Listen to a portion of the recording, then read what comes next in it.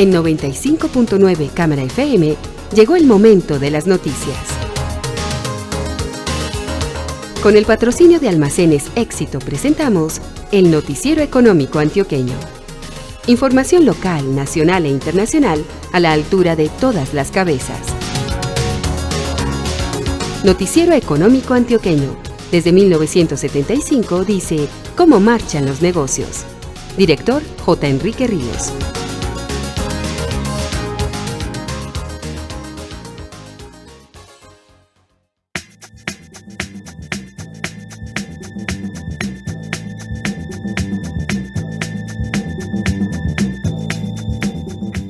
Muy buenos días, sea usted bienvenido. Hoy es domingo 6 de octubre de 2019. Esta es la emisión 18.658 que ofrecemos en nombre de Almacenes Éxito.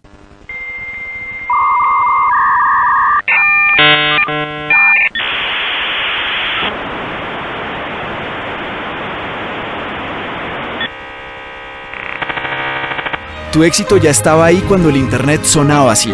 Celebremos que estos 70 años son solo el comienzo. El periodista Jesús Antonio Vargas Marín nos presenta al invitado de esta mañana. Muy buenos días, oyentes del Noticiero Económico Antioqueño. Hace unos días tuvimos la oportunidad de asistir al auditorio de la Cámara de Comercio Aburrasur a la presentación del sexto Informe Calidad de Vida 2018. Y esta mañana tenemos como invitado al economista Jorge Coronel López. Bienvenido al Noticiero Económico Antioqueño. Le presento el saludo del director J. Enrique Ríos. Y a mí me llamó en principio como la atención sobre el énfasis que usted dio sobre la falta de información actualizada. En definitiva, esta es una falencia que tenemos a la hora de construir una serie de informes que nos permitan entender la dinámica de los indicadores sociales. Buenos días. Buenos días y un saludo pues, a Enrique y a todo su equipo, y a Jesús. Sí, este informe de calidad de vida en su construcción tiene una batería de indicadores de 160 indicadores. Es un informe que nos deja una reflexión seria que la trasladamos a los candidatos, a los alcaldes y a toda la ciudadanía de la Aburrasur, y es eso. No tenemos unos sistemas de información sólidos que nos permitan hacer seguimiento sistemático a indicadores tan claves como por ejemplo la pobreza, la desigualdad y el empleo. Y el no tenerlos, el tener que recurrir a unos indicadores de hace 2 años, pues nos impide hacer análisis un poco más precisos. Y yo creo que entonces ese fue uno de los grandes retos que quedó, de grandes llamados de atención que deja este informe, al menos en materia de organización de datos. Pero en esta pifia empezamos también por el DANE, que no sabe exactamente cuánta es la población y cómo evoluciona la demografía en las regiones. Bueno, el DANE ha dicho que en su ejercicio del censo, que es un censo particular, este censo se hizo de alguna manera en movimiento, no como los censos aquellos de los de 85, que nos encerraban un día, no nos dejaban mover. Y bueno, entonces el DANE está explicando hoy pues por qué encontró unas omisiones y nos explica. Hace poco hablamos con el director del DANE en este mismo recinto, en el recinto donde presentamos el informe, y nos mostraba cuáles eran, digamos, las dificultades que habían tenido en materia del censo. Bien, nosotros sí, digamos que acatamos eso y trabajamos con la información oficial, por supuesto. Y en el caso oficial nos entregaron ya hizo público el DANE los datos de población para 2018. Estamos esperando que nos entregue la desagregación correspondiente para los años siguientes y las proyecciones, ¿no? De la proyección para poder trabajar con esos datos. Bueno, me llamó mucho la atención también que en la primera parte del informe, cuando usted aludió como a la explicación de lo que está pasando con el empleo y el mundo del trabajo, hizo alusión al Fondo Monetario Internacional, al Banco Mundial, a la OCDE como tal. ¿Intuye usted que tenemos que pasar en asuntos de productividad, de empleo, de trabajo, pasar, digamos, de la vereda y el barrio a lo que es el mundo hoy? No, la discusión no va a una discusión rural, urbana, no va por allá. O sea, la discusión en principio es que a nosotros, sí, como la Alianza, nos llama la atención que organismos, por ejemplo, como el Banco Mundial, como la OIT, como la OCDE, la OCDE que todo el mundo conoce, estén en sus informes anuales hablando del futuro del trabajo. Y las tres coinciden, cambiando ciertas palabras, pero coinciden y todos hablan del mundo del trabajo. Lo que queremos es recoger eso y decir, algo pasa en el mundo sobre el tema del trabajo. hay por lo menos una preocupación, y es qué vamos a hacer con el trabajo en el futuro. En el Aburrá Sur, este informe deja como un principal problema justamente el trabajo. Entonces aquí evidenciamos que la ciudadanía está preocupada. Esto no es un informe de percepción, sino que es un informe de datos gruesos, pero sí encontramos que hay unos indicadores que muestran que aquí hay problemas de empleo. Y hay problemas de empleo probablemente explicados porque no tenemos la capacidad productiva grande para poder absorber empleos. Nos estamos yendo a unos procesos de urbanización muy grandes, entonces tenemos más viviendas que empresas, etcétera, etcétera, etcétera. Esas dinámicas son las que empiezan a explicar por qué la gente no consigue el empleo. Entonces yo creo que ahí es donde hay que poner los puntos de discusión, y estamos en el marco electoral. Suponemos que entonces los candidatos van a recoger eso para los debates y los foros. Un problema de empleo cuando analizamos, economista Jorge Coronel López, lo que ha pasado con la relocalización de algunas empresas del sur del Valle de Aburrá. Por supuesto, hay empresas que se han ido, procesos de reubicación y demás, y se han perdido algunos empleos ahí. La pregunta es, ¿qué hacemos nosotros para volver y recuperar esos empleos perdidos? Y muchas veces no están las respuestas listas. Muchas veces se van las empresas y donde estaba la empresa se construye una torre de edificios, queda vivienda, ¿ok? Pero ¿cómo vamos a ver entonces en un equilibrio territorial eso de viviendas y empresas? Hay que resolverlo. Y yo lo pondría en un punto dramático para que la gente nos entienda, los oyentes, y es este. Alguien tiene que responder esta pregunta. El área metropolitana, sus 10 municipios, van a ser en un futuro entonces una región de 10 municipios donde todo el mundo vamos a dormir, pero trabajamos en Oriente o en Occidente, o vamos a hacer un territorio en donde tenemos una combinación de viviendas y capacidad productiva. ¿Y qué capacidad productiva vamos a tener? ¿Especializada o no especializada? ¿Conectada con el mundo o no conectada? Esas preguntas de desarrollo económico son las que deben responder las autoridades locales, las organizaciones, los gremios. Todo el mundo debe estar vinculado en eso, ¿no? Desde el punto de vista del populismo se habla a veces del empleo digno o el empleo bien remunerado, pero usted enfatizó mucho sobre el concepto de empleo decente.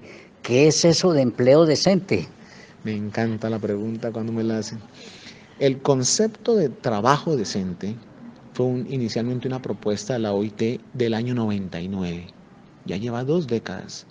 Y nació como una respuesta a que se hacían unos análisis de que el empleo venía siendo precario, mal remunerado, etcétera, etcétera, etcétera. Y la OIT, que es la Organización Internacional del Trabajo, lanza y dice aquí hay que empezar a hablar de algo que se llama trabajo decente. En el año 99 era un concepto todavía muy abstracto, no tenía unas claridades, etcétera. Desde ese entonces a hoy se ha construido alrededor de ese concepto pues unos indicadores, una manera de entenderlo, y hoy podemos decir que es un concepto que tiene 10 dimensiones, es muy amplio, tiene 65 indicadores, y hoy cualquier territorio, por ejemplo, podría medir su trabajo decente y establecer metas en función de ese trabajo decente, de esos indicadores. Entonces, eso es mucho más que un concepto, es un enfoque, y es un enfoque que está muy ligado a la calidad del trabajo y a la calidad de vida de las personas. Eso digamos que es el trabajo decente. Nosotros desde la Alianza llamamos a que ojalá los candidatos recuperen y incorporen mejor el enfoque de trabajo decente, porque les cambia el discurso y los pone a hablar en otros términos. Por ejemplo, un indicador del trabajo decente, tasa de trabajadores pobres. ¿Quién habla hoy de eso? ¿En qué plan de desarrollo de los municipios de Colombia hay un indicador que diga yo quiero mejorar la tasa de trabajadores pobres? No sabemos de eso, ni lo medimos siquiera, y se puede hacer. Yo creo que si lo cogemos a ese enfoque, incorporamos indicadores como ese, quedan muchísimo más atractivos nuestros planes de desarrollo. Y usted mencionó tasa de trabajadores pobres en lo rural. ¿A qué hizo alusión? Justamente es a esos trabajadores que están mal remunerados en actividades propias del sector rural, donde nosotros tenemos inclusive un déficit de atención. El país tiene hoy, acumula un déficit de programas rurales. Venimos ahora con la expectativa de la política de desarrollo rural, y esperemos que entonces por ahí en el desarrollo de esas políticas se vean avances en conectar a lo rural con lo urbano. Nosotros tenemos una tendencia en el país y en el Aburrá Sur se ve, y es que es tendencias a que nuestra población vive más en zonas urbanas que rurales. Es una tendencia nacional y mundial incluso desde 2008 ya es una tendencia mundial.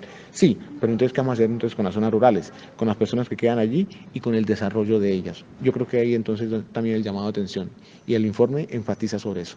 En los años recientes en Colombia se habla mucho de formalizar la economía, pero ¿cómo va la formalización de la economía cuando hoy por hoy se habla de trabajos de trabajos muy inestables y al mismo tiempo de mayores de edad trabajando en la informalidad?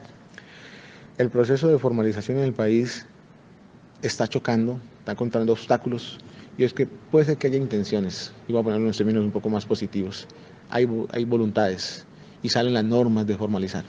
Pero es que la dinámica económica nuestra, el modelo económico nuestro, lleva a que haya por la naturaleza de las condiciones en la calle, es más informalidad. Entonces, ahí es donde choca la voluntad política contra la realidad. Si nosotros no entendemos que es un asunto de modelo y que lo que hay que cambiar es el modelo, pues difícilmente entonces vamos a formalizar. Nos llenaremos de normas, pues no podemos entonces avanzar en los procesos de formalización. Va lento el proceso de formalización, no hay avances sustanciales en esa materia, y nosotros creemos que en la Alianza, que hay todavía una cantidad de retos, pero están en entender el modelo. Si no cambiamos el modelo, difícilmente formalizamos. Con datos que usted mostró del año 2017, dice que los hombres en el sur del Valle de Aburrá ganan 1.300.000 y las mujeres 1.200.000. De pronto están como mejor remunerados por este lado. La diferencia nacional, inclusive la diferencia metropolitana es diferente. Sí, aquí ese es un dato promedio, ahí tiene, digamos, que hay que mirarse en ese sentido. Da una brecha, digamos, no tan grande como la tenemos en el país la brecha es mucho más grande, y es un dato pues que se obtiene a partir de lo que se registra dentro de los información oficial que tienen las autoridades, ¿no? Entonces la brecha de género, de ingresos por género, no es tan grande en el Aburrá Sur, ¿no? Con respecto al país. Este análisis, por ejemplo, ¿qué les dice a ustedes sobre las empresas como tal? Porque son varios miles de empresas que están registradas en el sur del Valle de Aburrá, pero de pronto dice uno, ¿y de qué tamaño y de qué sostenibilidad? Bueno, el informe, digamos, no alcanza a entrar en el tema de la sostenibilidad de las empresas y eso, pero sí el informe deja algunos planteamientos sobre el tema de la capacidad productiva. Esta es una región, el Aburrá Sur es una región que tiene el 88% de microempresas, y ahí está buena parte del país. Es un retrato también del país, o sea, ahí sale el empleo, perdón, y es un retrato del país. O sea, si uno mira el país también tiene un altísimo porcentaje, casi que el 90% de las empresas en el país son microempresas, y ahí está concentrado el empleo. ¿Cuál es el peligro? Que se nos quieren las microempresas, o que se nos muevan las microempresas, o que no tengan acceso a mercado las microempresas. Ese es el peligro, porque la sensibilidad de eso con el empleo es muy alta. Entonces, si una microempresa se cierra o tiene problemas de mercados y demás, ahí entonces hay dificultades. Nosotros en la Aburrá Sur, digamos, tenemos una preocupación, y es porque la capacidad productiva es reducida, es estrecha, y no estamos viendo que haya fortalecimientos, que haya ampliaciones. La Cámara hace unos esfuerzos muy grandes y loables, pero falta atraer inversión, falta ampliar esto y desarrollar inclusive vocaciones económicas por parte de los municipios. No hay un proceso de vocaciones que esté desarrollado. Luego, lo que quiero decir es que tenemos un conjunto de empresas haciendo de todo, ¿no? Una especie de un bazar. No tenemos productos especializados. La especialización es buena porque permite aumentar los grados de productividad. Hace varios años hemos visto un proceso gigantesco de edificación, de conurbación urbana, sobre todo en Sabaneta, en La Estrella, por mencionar algo. ¿Qué le dice a usted digamos, el estilo de la vivienda que están ocupando las familias, ligada también con la calidad de servicios públicos? Desde el informe, Sí. para no salirme del informe, desde el informe, a nosotros nos preocupa la construcción de viviendas, y preocupa la construcción de viviendas inclusive concentradas en las zonas urbanas. Eso trae problemas, por ejemplo, de movilidad, eso trae inclusive problemas a veces que no todas quedan conectadas a los servicios públicos, etcétera. Entonces, eso, digamos, desde el informe nos preocupa. Si extrapolamos un poquito el informe, y hacemos otro análisis, a nosotros nos inquieta entonces es el acelerado proceso de urbanización en algunos municipios, por ejemplo Sabaneta, y la poca visión y las pocas políticas que han venido acompañando eso en materia de empleo. Entonces, ¿qué hemos tenido? Viviendas, pero gente que no logra conseguir trabajo, ¿no? Y además, las condiciones propias de la vivienda. Son condiciones de viviendas reducidas a veces, son metros cuadrados pequeños, y Una pregunta que se me ocurre en este momento no se me ocurrió en el informe ni a la alianza se le ha ocurrido, pues los saco a ellos de esa duda que voy a lanzar ahora, y es, ¿cuál será el pensamiento y cuál será la forma de sentir de un niño que llegue a estar encerrado en 50 metros cuadrados, ¿no? ¿Qué capacidad es o en menos?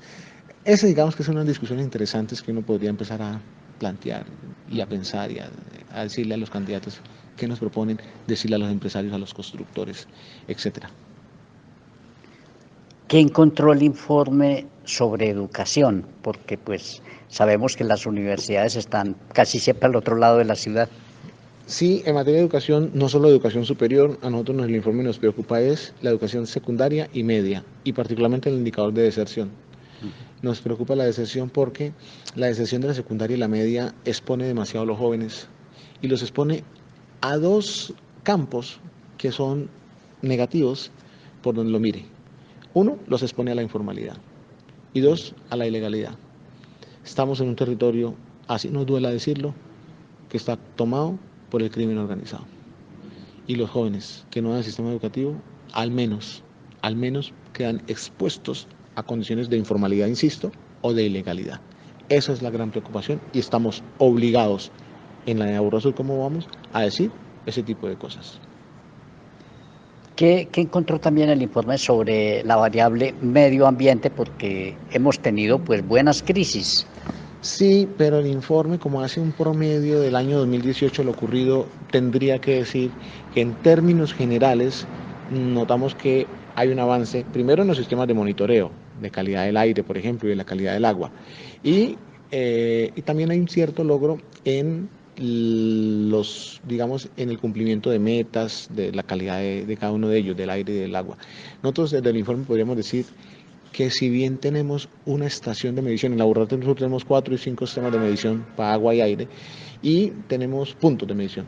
Y de todos ellos tenemos uno que todavía está en situaciones, digamos, en promedio dañinas para grupos sensibles. Pero en términos generales, y con respecto al informe anterior, hubo avances en ese sentido. Entonces, tocaría decir que lentamente se está avanzando en materia de calidad del aire y del agua.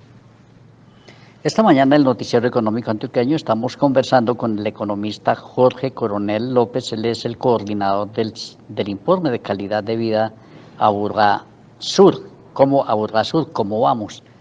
Yo hablo todavía de diapositivas, mi lenguaje no es tan moderno como para las nuevas tecnologías, y cuando usted mostró la diapositiva, digamos, o la imagen, sobre la forma como la gente muere de enfermedades tradicionales, pues, relativas a enfermedades respiratorias y también del corazón, pero mostró una lámina, una parte sobre los suicidios. ¿Qué le dicen a usted realmente esa problemática que diera la impresión que se mantiene muy alta?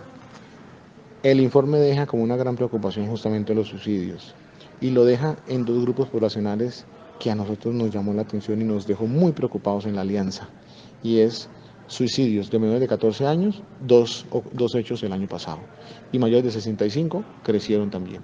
Entonces yo creo que eso ya es un tema suficiente. El suicidio ya es preocupante, pero que ocurra en esos grupos poblacionales nos prendió alarmas, y nosotros quisimos en la presentación del informe y todos estos días hacer eco sobre ello, diciendo algo pasa y queremos llamar la atención sobre eso.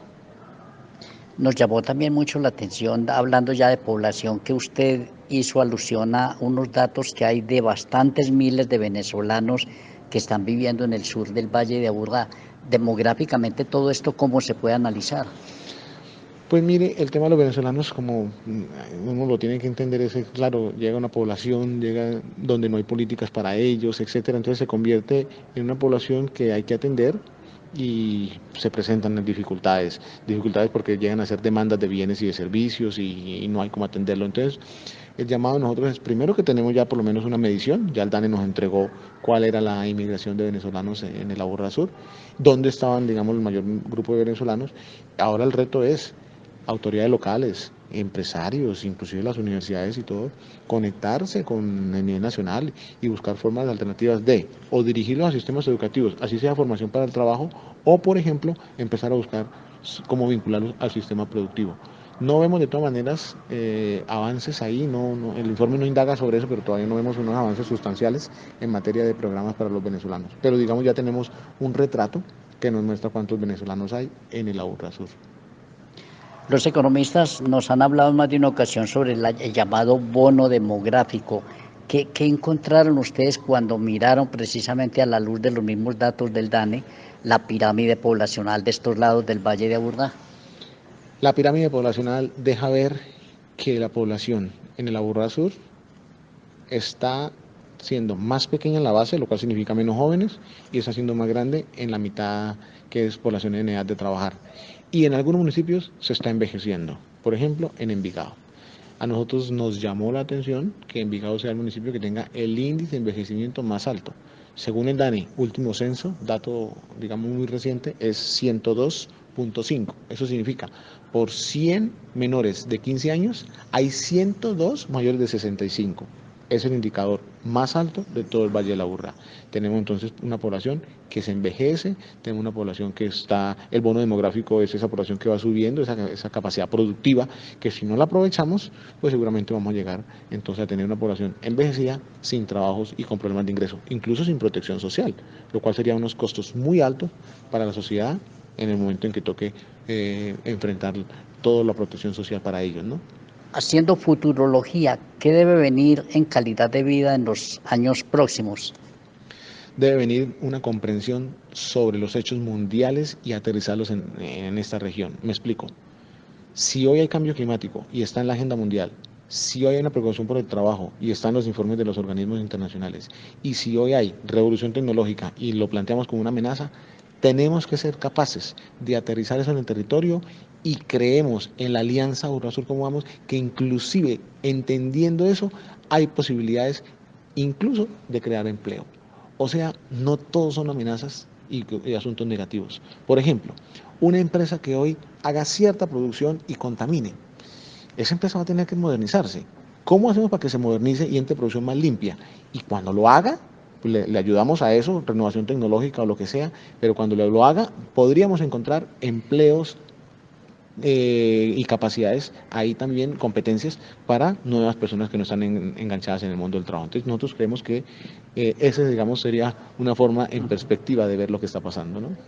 Usted mencionó la palabra alianza, que no es la alianza del Pacífico. ¿A qué se refirió? El Aburrasur, como vamos, es una alianza interinstitucional privada en donde participan 100 instituciones, Cámara de Comercio del Aburrasur, Periódico El Colombiano, Caja de Compensación Familiar Confama, Confenalco, la Corporación Universitaria Lasallista, la Corporación Empresarial Prosur y la Fundación Diego Chavarría Misas. Las 7 forman lo que llamamos nosotros la Alianza Aburrasur como vamos. Unos segundos para hablar de su recorrido académico y profesional, doctor Jorge Coronel López. No, soy un profesor, soy economista de formación, profesor universitario. Hoy al frente de la coordinación de la Aburrasur como vamos, con unos ejercicios académicos en función del mercado de trabajo. Coordiné el Observatorio del Mercado de Trabajo de Antioquia.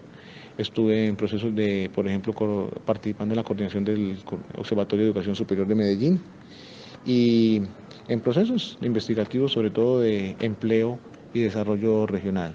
Eso digamos que puede ser un poco la hoja de vida o lo que hable por Jorge Coronel hasta el momento. Muy amable señor, le reitero el saludo del director J. Enrique Ríos. Muchísimas gracias por haber atendido esta mañana la invitación del Noticiero Económico Antioqueño. No, muchas gracias y un saludo también entonces a Enrique y gracias Jesús por la invitación al noticiero. Muy amable señor, y para todos nuestros oyentes, muy pero muy buenos días. Invitación a escuchar la emisión del Noticiero Económico Antioqueño mañana lunes a las 7:30 de la mañana. Un feliz día.